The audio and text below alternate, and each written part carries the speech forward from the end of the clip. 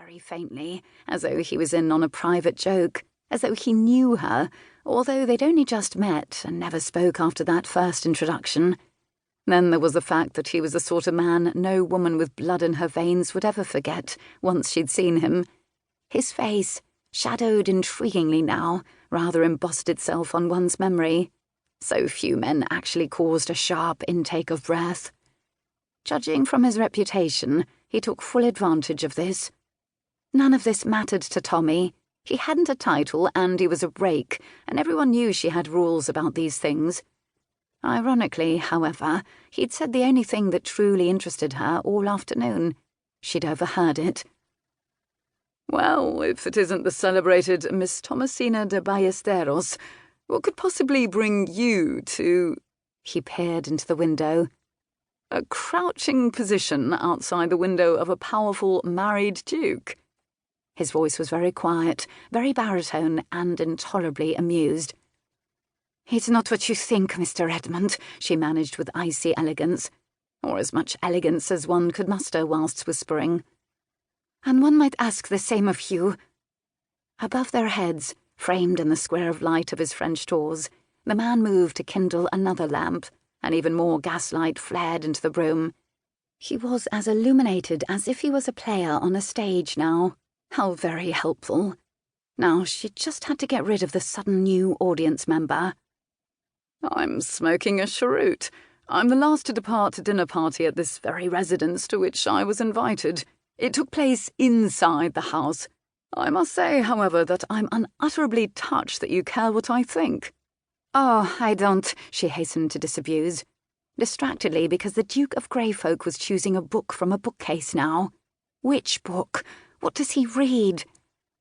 "It's just that it's too difficult to keep lies in order, and I'm busy enough as it is. Now, if you would just leave me to my business, there's a good lad, Mr. Redmond, and good night."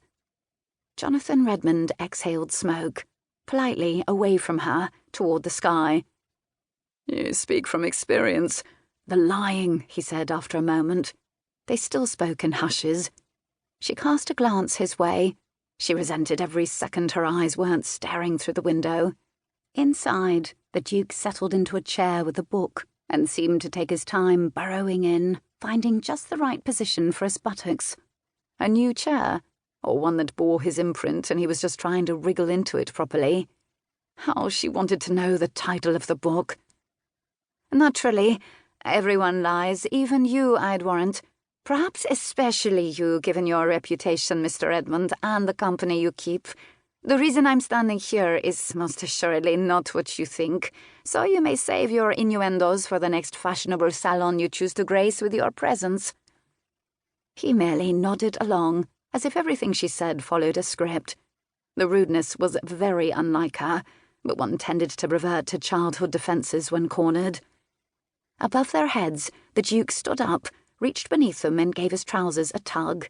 They'd lodged between his buttock cheeks when he'd sat down. He resettled himself. "You still haven't told me what your business here is, Mr. Ballesteros." She turned toward him and straightened to her full height, which was, unfortunately, a foot or more less than his. She counted to 10 silently. She could feel her temper crawling up an internal thermometer. The temper was evidence of how accustomed she'd become to men vying to do her bidding. "Why are you tormenting me?" she asked, almost lightly. "Why are you holding a knife?" he asked, mimicking her tone. Shock blurred her vision. The ease had gone out of his posture. Suddenly she knew he was a man poised to spring if he needed to, and this was what he'd been leading up to all along. She cleared her throat. "Ah, this." "Yes," he said softly. "That." She remained silent. She idly tested the tip of the knife with her fingertip. Very sharp, perfectly deadly. "Let me guess, it's not what I think."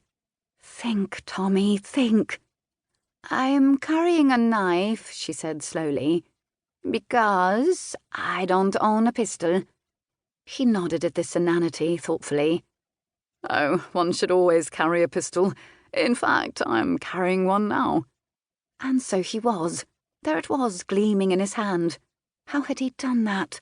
She stared at it. "It's a very fine pistol," she commented politely, thinking.